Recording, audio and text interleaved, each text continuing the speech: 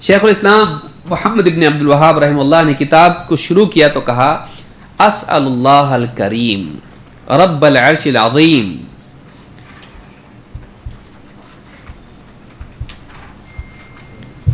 ان یتولاک فی الدنیا والآخرہ وان یجعلک مبارکا اینما کنت. یہ پہلا حصہ کتاب کا ہے. کہا میں اللہ سے مانگتا ہوں، سوال کرتا ہوں، یعنی اللہ سے دعا کرتا ہوں. کیا؟ الکریم، اس اللہ سے جو کیسا ہے؟ کرم والا ہے، سخاوت والا ہے، شرف والا ہے. رب العرش العظیم، جو عرش عظیم کا رب ہے، جو عرش عظیم کا رب ہے. کس بات کا سوال کرتا ہوں؟ کس چیز کی دعا کرتا ہوں؟ ان یتولاک فی الدنیا والآخرہ، کہ اللہ تعالیٰ دنیا اور آخرت میں تیرا کارساز بن جائے. تیرا کون؟ طالب علم جو اس کتاب کو پڑھ رہا ہے. وَأَن يَجْعَلَكَ مُبَارَكًا أَيْنَمَا كُنْتَ، اور میں اس بات کی بھی اللہ سے دعا کرتا ہوں کہ تو جہاں کہیں ہو اللہ تعالیٰ تجھے مبارک بنائے. وَأَن يَجْعَلَكَ مِمَّنْ إِذَا أُعْطِيَ شَكَرَ وَإِذَا ابْتُلِيَ صَبَرَ وَإِذَا أَذْنَبَ استغفر. اور میں اس بات کی بھی دعا کرتا ہوں کہ اللہ تعالیٰ تمہیں ان لوگوں میں سے بنائیں، اس شخص کی طرح بنائیں جو جب اس کو عطا کیا جاتا ہے تو شکر کرتا ہے، اور جب وہ مبتلا ہوتا ہے مصیبت میں تو صبر کرتا ہے، اور جب اس سے کوئی گناہ ہو جاتا ہے تو استغفار کرتا ہے. فَإِنَّ هَؤُلَاءِ الثَّلَاثَ عنوان السعادہ، اس لیے کہ یہ تین چیزیں ایسی ہیں جو سعادت کی بنیاد ہیں، سعادت کا ذریعہ ہیں، کامیابی کا ذریعہ ہے. یہ پہلا حصہ کتاب کا ہے جو شیخ الاسلام محمد ابن عبد الوہاب رحمہ اللہ نے کہا. شروعات کتاب کی کس سے کی؟ دعا سے. طالب علم کے لیے شروع کیا کتاب کو تو کس سے؟ دعا سے. میں اللہ سے دعا کرتا ہوں کہ اللہ تعالیٰ تم کو دنیا میں مبارک بنائیں اور تم کو ان لوگوں میں سے بنائیں کہ تمہارا کارساز بن جائے، اور تمہیں ان لوگوں میں سے بنائیں کہ جب اس کو ملے تو شکر کرے، اور مصیبت آئے تو صبر کریں، اور جب اس سے غلطی ہو جائے تو استغفار کریں. اور یہ کامیابی کی بنیاد ہے. عنوان کہتے ہیں ایسی چیز جس سے یعنی جو بنیاد بنے کسی چیز کی، جو تعارف ہو، جو نام ہو کسی چیز کا. جیسے کتاب کا عنوان ہوتا ہے اور باقی پوری کتاب اس کو پڑھنے سے سمجھ میں آتی ہے کہ اس کتاب میں کیا ہے. تو یہ تین چیزیں ایسی ہیں جو کامیابی کا تعارف ہیں، یا بنیاد ہے، یا سبب ہے، یا ذریعہ ہے. اب اس کو ہم سمجھنے کی کوشش کرتے ہیں کہ اس میں کیا کیا باتیں ہیں. سب سے پہلے کہا اسأل اللہ الکریم، میں اللہ سے مانگتا ہوں جو بڑا کریم ہے. کریم اللہ رب العالمین کے ناموں میں سے ایک نام ہے. اللہ رب العالمین قرآن کریم میں فرماتا ہے یا ایھا الانسان ما غرک بربک الکریم. اے انسان، سورۃ الانفطار آیت نمبر 6. یہ آپ کے نوٹس میں نہیں رہے گا. یا ایھا الانسان ما غرک بربک الکریم، اے انسان تجھ کو اپنے رب کریم سے کس چیز نے دھوکے میں ڈال دیا. اللہ کو چھوڑ کے یہاں وہاں تو کیسے پھنس گیا، دھوکے میں آ گیا. اللہ کو چھوڑ کے سورج چاند ستاروں کی، بتوں کی، پیڑوں کی اور پتھروں کی عبادت کرنے لگ گیا. ایسا رب جو کریم ہے، وہ تیرا رب بھی ہے اور کرم کرنے والا ہے، سخی ہے، شرف والا ہے، اونچا ہے، اور تیرا رب ہے جس نے تجھ کو سب کچھ عطا کیا. تو اللہ نے رب کے ساتھ کیا نام ذکر کیا یہاں پہ؟ الکریم، بربک الکریم. کیوں؟ کیونکہ اس کی سخاوت اتنی زیادہ ہے کہ انسان اپنے اطراف جہاں بھی دیکھے اللہ کے احسانات اس کو دکھائی دیں گے. اتنے احسانات اللہ کے ہونے کے باوجود اللہ رب العالمین کو چھوڑ کے کسی اور کی طرف متوجہ ہونا، یہ کتنی شرم کی بات ہے اور کتنی ناشکری ہے. تو یہاں پر شیخ الاسلام نے شروع ہی کتاب اس سے کی کہ اسأل اللہ الکریم، تاکہ انسان اللہ کے کرم کا حصول اس کو ہو. میں اس اللہ سے دعا کرتا ہوں جو بڑے کرم والا ہے، جو بڑا سخی ہے، کریم کس کو کہتے ہیں؟ دو معنی اس میں پائے جاتے ہیں، ایک سخاوت، دوسرے شرف. ایک سخاوت اور دوسرے شرف. یعنی شریف خاندان کا کوئی ہوتا تو اس کو کہا تھا کریم ابن کریم ابن کریم. یوسف علیہ السلام کے بارے میں کہا نا اس طرح سے اللہ کے نبی صلی اللہ علیہ وسلم. اور جیسے اللہ تعالیٰ نے فرمایا ان اکرمکم عند اللہ اتقاکم، تم میں زیادہ شرف والا، عزت والا وہ ہے جو زیادہ تقوی والا ہے. تو ایک معنی اس میں پایا جاتا ہے کیا؟ شرف والا. دوسرا معنی پایا جاتا ہے کرم کرنے والا، سخاوت، لوگوں کو عطا کرنے والا. تو ہمارا رب شرف کے اعتبار سے بھی سب سے اونچا ہے، اور اسی طرح سے سخاوت کے اعتبار سے بھی اس سے سخی کوئی ہو سکتا اس کے برابر نہیں. وہ اتنا عطا کرتا ہے کہ جو بھی نعمت بندوں کے پاس ہے وہ اللہ کی دی ہوئی ہے. وما بکم من نعمت ومن اللہ، تمہارے پاس جو بھی نعمت ہے وہ اللہ کی طرف سے آئی ہے.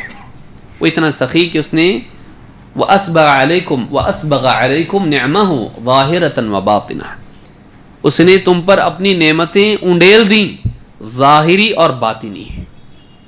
ظاہری نعمتیں دیں جو دکھائی دیتی ہیں، ٹینجیبل، اور وہ نعمتیں جو دکھائی نہیں دیتی ہیں. ہم کو علم دیا، ہم کو عقل دی، ہم کو کیفیات دی، رحم ہمارے اندر ڈالا، ہمارے اندر بہت ساری خوبیاں اللہ نے رکھی جو دکھائی نہیں دیتی ہیں. اور ظاہراً بہت کچھ دکھائی دیتا ہے لیکن اندر جو چل رہا ہے وہ ہم سانس لے رہے ہیں، پھیپھڑے ہمارے پھولتے ہیں، پھر وہ اندر ہاں جو کچھ ہوتا ہے دکھائی دیتا نہیں. آج دکھائی دے رہا، ڈاکٹر دیکھ رہے تو، لیکن پہلے سے ہے نا یہ لوگوں کو نہیں دکھتا تھا تبھی. وَأَسْبَغَ عَلَيْكُمْ نِعْمَهُ ظَاهِرَةً وَبَاطِنَةً، اتنی ساری نعمتیں اللہ کی ہیں. تو وہ سخی ہے، روک کے نہیں رکھتا ہے، وہ دیتا ہے، مخلوق کو دیتا ہے. نہ صرف مومن کو دیتا ہے، کفار کو بھی دیتا ہے. بارش ان پہ بھی برستی ہے، ہوا ان کو بھی ملتی ہے، ہاتھ پاؤں، آنکھ کان ناک سب ان کو بھی ملتا ہے. کھانے کے لیے غذا، اناج، پھل، ترکاریاں اور سب کچھ ان کو ملتا ہے. تو اتنا سخی ہے کہ ماننے والوں کو تو دیتا ہے، نہیں ماننے والوں کو بھی دیتا ہے. اس کے پاس کمی نہیں ہے، اور وہ سخاوت والا ہے اور بڑے شرف والا ہے. تو کہا اسأل اللہ الکریم، میں اللہ سے جو کہ بڑا کرم کرنے والا ہے میں دعا کرتا ہوں. کیا؟ اس اللہ سے جو رب العرش العظیم ہے، جو عرش عظیم کا رب ہے. عرش عظیم، عرش تخت کو کہتے ہیں، اور کرسی جو ہے موضع القدمین ہے، پاؤں رکھنے کی جگہ کو بولتے ہیں. کرسی الگ ہے اور عرش الگ ہے. اور عرش کرسی سے بڑا ہے، اور کرسی آسمانوں پر چھائی ہوئی ہے. وسع کرسیہ السماوات والارض، کرسی جو اللہ کی ہے وہ آسمان و زمین پر چھائی ہوئی، لیکن کرسی عرش سے چھوٹی ہے، عرش اس سے بھی بڑا ہے. تو اللہ رب العالمین عرش کا محتاج ہے، کیونکہ یہاں کیا کہا؟ رب العرش العظیم، وہ عرش عظیم کا بھی رب ہے. رب وہ ہے جو خالق ہو، مالک ہو اور مدبر ہو. عرش اللہ کو سنبھالے ہوئے یا اللہ عرش کو سنبھالے ہوئے؟ ہاں، کہ عرش اللہ کا محتاج ہے، اللہ عرش کا محتاج نہیں. لیکن اللہ عرش سے اوپر ہے، اللہ عرش سے اوپر ہے، لیکن اللہ عرش کا محتاج نہیں ہے. کیوں؟ کیونکہ اللہ نے خود کہا ہے کہ اللہ تعالیٰ عرش عظیم کا رب ہے، وہ اس کا مالک ہے، اس کا خالق ہے. اللہ تعالیٰ قرآن کریم میں سورہ نمل آیت نمبر 26 میں فرماتا ہے اللہ لا الہ الا ہو، اللہ اس کے سوا کوئی عبادت کے لائق نہیں، وہ رب العرش العظیم، وہ عرش عظیم کا رب ہے. عرش بڑا عظیم ہے، لیکن اللہ رب العالمین اس سے بھی عظیم ہے، اور وہ رب ہے اس عرش کا. اور عرش اللہ کا محتاج ہے، اللہ تعالیٰ عرش کا محتاج نہیں ہے. غنی عن العالمین، اللہ نے کہا سارے عالمین سے وہ غنی ہے، اس کو کسی کی حاجت نہیں ہے. تو یہ بات بھی یاد رکھنا چاہیے. تو یہاں دو باتیں ملتی ہیں کہ سب سے پہلی بات شیخ الاسلام رحمہ اللہ نے دعا سے کتاب شروع کی طالب علم کے لیے.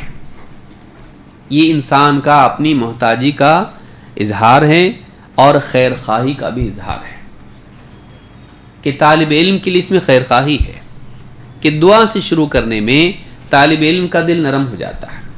اور الدین النصیحہ، دین خیر خواہی کا نام ہے. تو ایک معلم کو طالب علم کا کیا ہونا چاہیے؟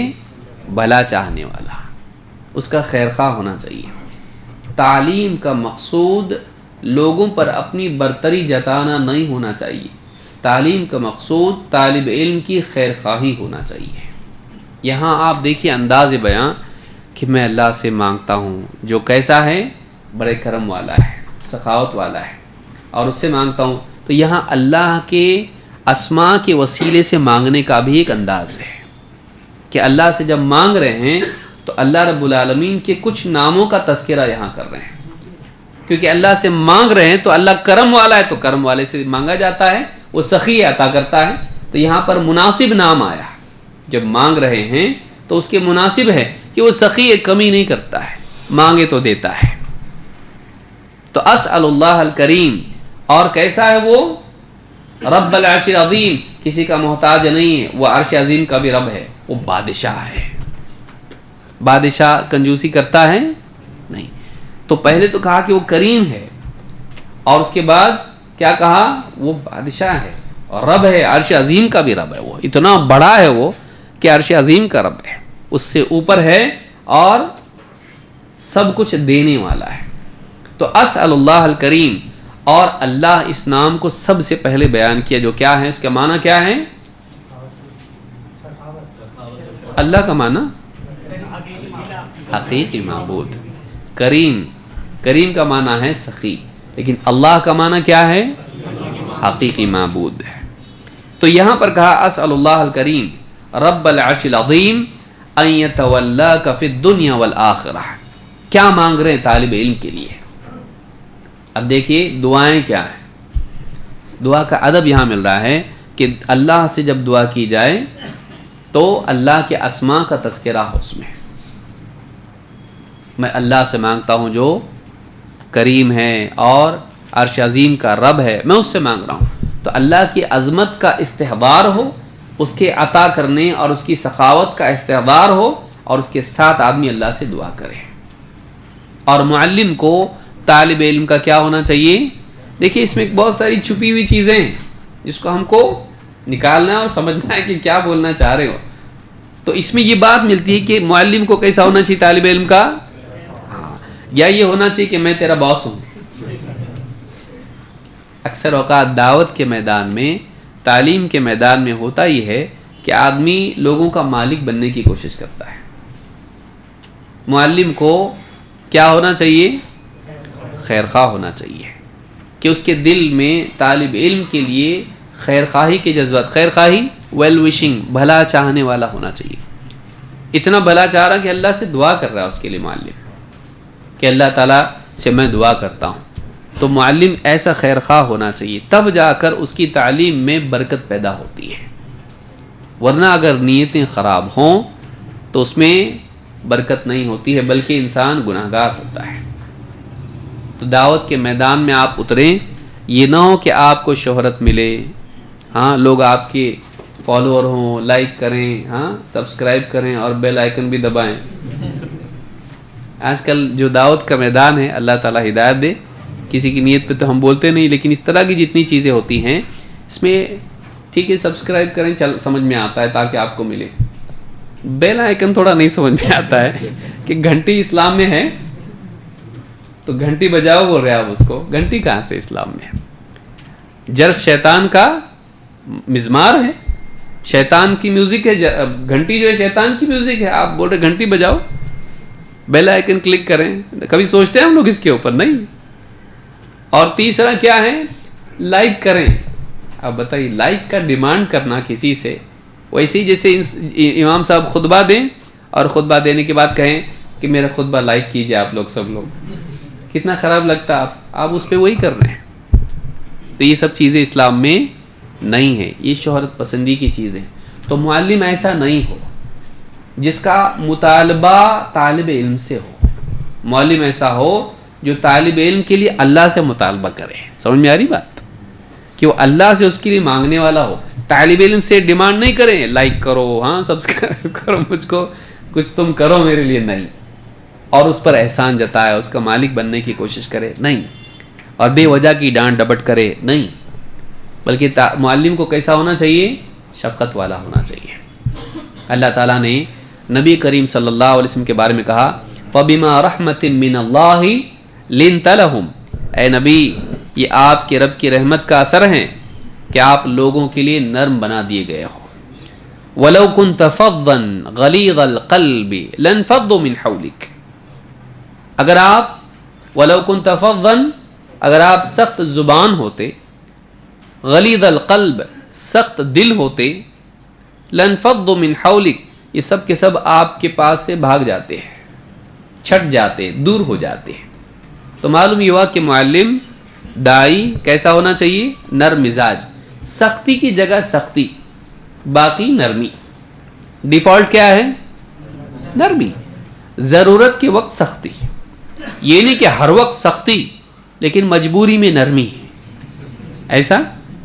ہاں بڑی پارٹی رہے تو تھوڑا نرم، باقی سب کے اوپر سخت، لیکن تھوڑا سا کوئی بڑا ہو، ہاں مالدار ہو یا ایسا ہو، عہدے والا ہو، پولیس ہو، کمشنر ہو، پھر نرم ایک دم صاف صاف سب، ہاں نہیں، اصل نرم ہے، لیکن ضرورت پڑے جہاں ڈانٹ ڈپٹ کی ضرورت ہو، ٹھیک ہے، وہاں اللہ کے نبی صلی اللہ علیہ وسلم ڈانٹتے بھی تھے، لیکن وہ اصل نہیں تھا، اور اس ڈانٹ میں بھی نفرت نہیں تھی، اس ڈانٹ میں خیر خواہی تھی۔ جیسے بچہ چھری سے ہاتھ کاٹ لے تو ماں جس پر غصہ ہوتی ہے لیکن اس میں شفقت بھی ہوتی ہے، اس میں شفقت بھی ہوتی ہے اور غصہ ہوتی ہے کہ کیوں ایسا تو نے کیا۔ تو معلم ایسا ہونا چاہیے۔